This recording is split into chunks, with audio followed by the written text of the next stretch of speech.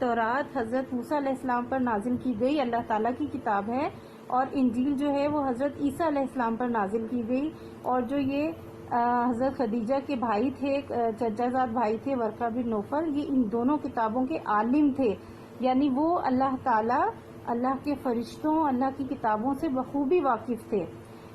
انہوں نے جب حضرت خدیجہ سے نزول وحی کا واقعہ سننے کے بعد اس کی تصدیق کرتے ہوئے کہا،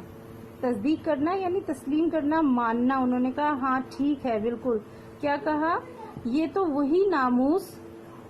چھپے بھیدوں کا جاننے والا فرشتہ ہے۔ ناموس کہتے ہیں فرشتے کو، ایسا فرشتہ جو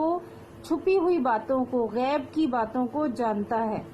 تو انہوں نے فرمایا، جب انہوں نے سنا کہ کوئی فرشتے حضور صلی اللہ علیہ وسلم کے پاس آئے تھے اور انہوں نے یہ آیات سنائی تھی، تو انہوں نے فوراً تصدیق کی کہ ہاں بالکل یہ وہی فرشتہ ہے جو چھپے ہوئے بھیدوں کو جانتا ہے۔ چھپے ہوئے بھید سے مراد یہ کہ اللہ تعالیٰ کا غیبی علم اللہ تعالیٰ کی طرف سے آیا، اور جو انسان نہیں جانتے، آسمانوں کا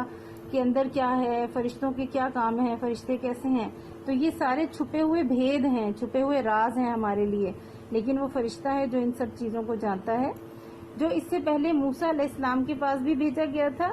یقیناً لوگ آپ صلی اللہ علیہ وسلم کی دعوت حق کو جھٹلائیں گے، یہ ورقہ بن نوفل بتا رہے تھے، کیونکہ وہ جانتے تھے کہ حضرت موسیٰ علیہ السلام کے پاس بھی اللہ کے یہی فرشتے آئے تھے، تو یقیناً آپ صلی اللہ علیہ وسلم کے پاس بھی آئے ہیں، تو اس کا مطلب ہے کہ آپ اللہ کے رسول ہیں۔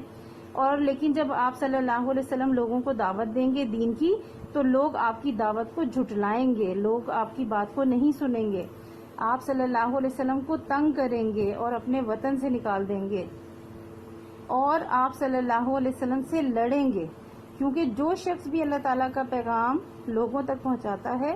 اس پیغام کو جھٹلانے والے لوگ ہمیشہ اس سے دشمنی کرتے ہیں، کیونکہ وہ ورقہ بن نوفل جانتے تھے حضرت موسیٰ علیہ السلام کے ساتھ کیا ہوا، حضرت فرعون نے کس طریقے سے حضرت موسیٰ علیہ السلام کو جھٹلایا، اس کے دربار میں جو لوگ تھے، اس کے جو وزیر تھے، وہ کس طرح ان کے دشمن ہو گئے، کس طرح فرعون نے پیچھا کیا۔ اسی طرح حضرت عیسیٰ علیہ السلام پر جب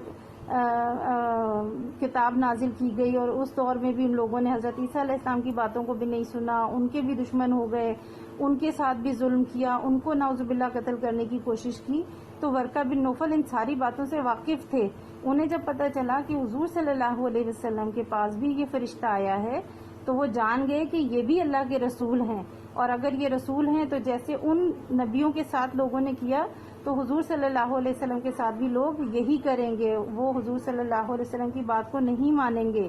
ان سے لڑیں گے، انہیں تنگ کریں گے، اور اتنا ظلم کریں گے کہ ان کو ان کے شہر سے، ان کے وطن سے نکال دیں گے، کیونکہ جو بھی اللہ کا پیغام پہنچانے کی کوشش کرتا ہے لوگ اس کے دشمن ہو جاتے ہیں۔ اور انہوں نے کیا فرمایا، اگر میں اس وقت تک زندہ رہا تو اللہ تعالیٰ کے کام میں ضرور آپ کی مدد کروں گا، کیونکہ وہ تو جانتے تھے، لہٰذا انہوں نے فرمایا کہ اگر اللہ نے مجھے زندگی دی تو میں آپ کی مدد ضرور کروں گا دین کو پھیلانے میں، دین کا پیغام پہنچانے میں۔ لیکن اس واقعے کے کچھ عرصے کے بعد ورقہ بن نوفل انتقال کر گئے، لیکن کچھ ہی عرصے بعد ان کی وفات ہو گئی، اور وہ حضور صلی اللہ علیہ وسلم کی مدد نہیں کر سکے۔ ٹھیک ہے، یہاں تک آپ کا سبق ختم ہو گیا ہے، امید ہے آپ کو سبق سمجھ آیا ہوگا انشاءاللہ۔ آئیے ایکسرسائز کو دیکھتے ہیں۔ اللہ تعالیٰ نے اپنے آخری نبی حضرت محمد صلی اللہ علیہ وسلم کو دنیا میں کیوں بھیجا؟ اس کوشچن کا آنسر بک میں ہے، لیکن خاصا لمبا ہو جائے گا، اس کا میں نوٹ بنا دوں گی آپ کو۔ کوشچن نمبر 2، حضرت جبرائیل علیہ السلام کی آمد کا واقعہ بیان کریں، یہ بھی خاصا لمبا ہے۔ اگر آپ دیکھیں ادھر، حضرت جبرائیل علیہ السلام کی آمد، یہ یہاں سے پورا پیراگراف آئے گا، میں کوشش کروں گی اس کا نوٹ بنا کے تھوڑا سا شارٹ کرنے کی۔ کوشچن 3 دیکھتے ہیں، پہلی وحی کا ترجمہ لکھیں۔ پہلی وحی کا ترجمہ لکھیں، یہ آپ کو اسی طرح لکھنا ہے۔ آج کے ہوم ٹاسک کے لیے میں آپ کو یہ دوں گی، پہلی وحی کا ترجمہ۔ آپ یہاں پر اوپر بس ہیڈنگ لکھیں گے، پہلی وحی کا ترجمہ، ٹھیک ہے؟ اور اس کے بعد آپ یہاں سے شروع کر دیں گے، اے محمد صلی اللہ علیہ وسلم، یہاں سے شروع کریں گے، اور یہ آیت نمبر 5 تک آپ لکھیں گے۔ ہوم ٹاسک آج کا آپ کا یہی ہے، کوشچن نمبر 3 کا آنسر، اور جو فرسٹ اور سیکنڈ ہے اس کے میں نوٹ بناؤں گی، اور باقی کوشچنس کے بھی وہ میں انشاءاللہ اگلے لیکچر میں آپ کو نوٹس کروا دوں گی۔ ٹھیک ہے. آج کے لیے آپ نے یہ ایک کوشچن ہے جو کاپی میں کریں گے انشاءاللہ، باقی اگلے لیکچر میں. اللہ حافظ.